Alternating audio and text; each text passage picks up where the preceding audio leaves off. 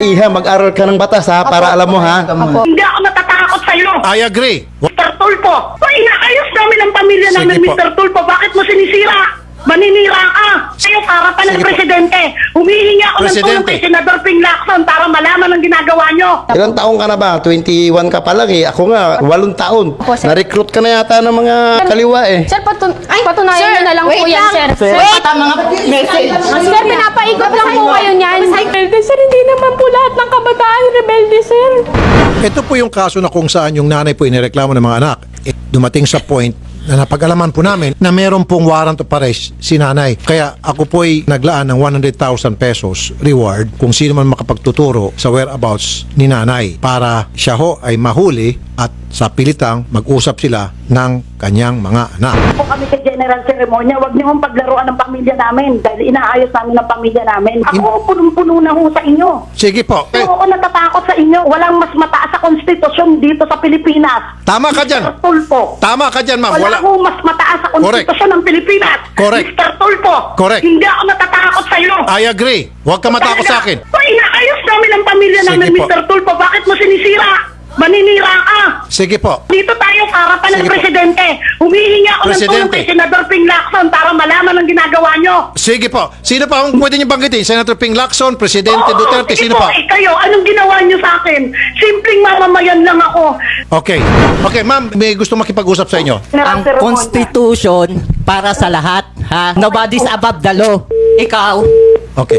Alam mo naman ganyan talaga ugali ni Mami. Si- Hayaan mo siyang lumabas yung tunay niyang ugali. Si Ronald po, kapatid po ito ng Ma'am Catalina. Ang nakakatawa nga lang dito, nagbabangkit po siya ng konstitusyon, mukhang wala na ata sa sarili niya, pati ba naman mga politiko nababanggit na niya kung sino-sino. Yung pagpapayos po sa mga pamilya, hindi na po gawain ng pulisyon, maliban na lang kung kayo po yung Women's and Children's Desk. Ang gagawin niyo lang po is today, is isi-serve po yung warrant against Catalina Evangelista, which meron kaming kopya rito. Yan, sige. Yan po naman ang sabi ni General Sermonia. Kung meron po kayong yan, yun naman na kung bila po. Correct.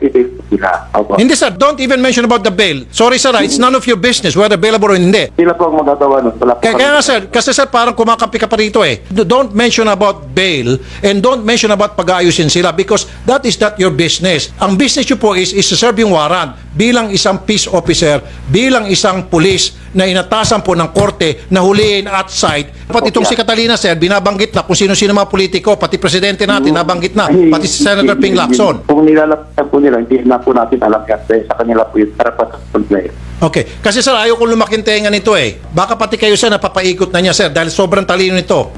Lang na po sa inyo sir. Pumunta lang po kayo rito. Kaya nga sir, gusto namin, pagpunta namin po dyan sir, ang sasadyain namin, si General Sermonia at meron na po palang kopya si General Sermonia. Pag dumating po kami dyan sir at hindi nakaposas yan at yan po'y nakakape pa at nakatasan pa sa mesa ninyo, abay sir, magkakahiyaan tayo.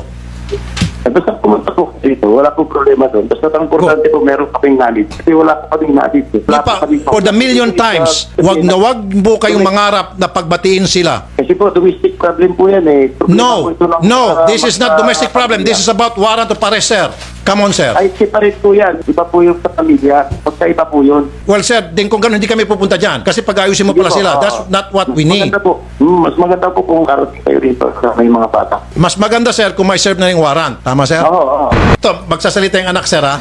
Hello sir, good afternoon sir. Ako po yung panganay nila. Di ba sabi ko na po sa inyo na meron akong evidence and weaknesses and I have the 100% proof na magpapatunay sa lahat ng allegation ko sa kanya. At the same time sir, asan po yung mga allegations niya sa akin? Asan po yung mga hearsay na pinakinggan nyo sir?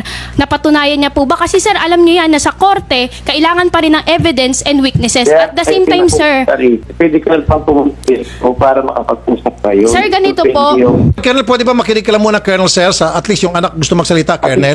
Sige po. lumapit po siya dyan, hindi ko pinipigilan yung paglapit niya. Kaya nga po kami lumapit din sa kabila dito sa programa ni Sir Rapi dahil ayaw nga namin makipag-ayos kasi nga wala siya, incapable siya na maging nanay. Wala siya sa right state of mind.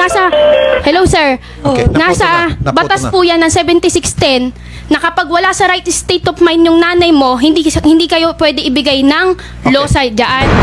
Isiserve na yung warrant doon po sa mga netizen na nag-request na bigyan ng trabaho itong si Lay dahil kailangan siya matulungan. Sinabi ko kay Lay doon kanina, hindi kita gustong tulungan. Gusto kitang i-hire sapagkat ikaw ay smart. So, starting tomorrow, si Lay po ay miyembro na ng Rapid Tulfo in Action. O, di ba Lay? Salamat po sir, salamat po sa inyong lahat na nagbigay sa akin ng privilege at salamat din po sa Diyos kasi hindi ko naman po yan lahat magagawa. Hindi ko nga po totoo sinilapit yun eh. Nagulat na lang ako, another privilege na binigay nyo sa aming magkakapatid. Salamat po. We need your talent, Lay, kasi nakita ko naman you're a very smart kid. Napaka-smart mo at napaka-responsible mo at nakikita ko yung dedication mo na para alagaan yung mga kapatid mo. Ibang klase ka. Ikaw yung mga taong kailangan namin dito. Kasi sir, the fear of the Lord is the beginning of wisdom. Wow! Lalo mo kong pinabilib. To God be the glory. Kasi dito, kailangan katulad mo na para this time, hindi lang yung mga kapamilya mo didepensahan mo, kundi maging yung mga complainant natin dun sa baba na mga inaapi, mga nangangailangan, kailangan na kailangan ka nila. Okay? Congratulations. May trabaho ka na.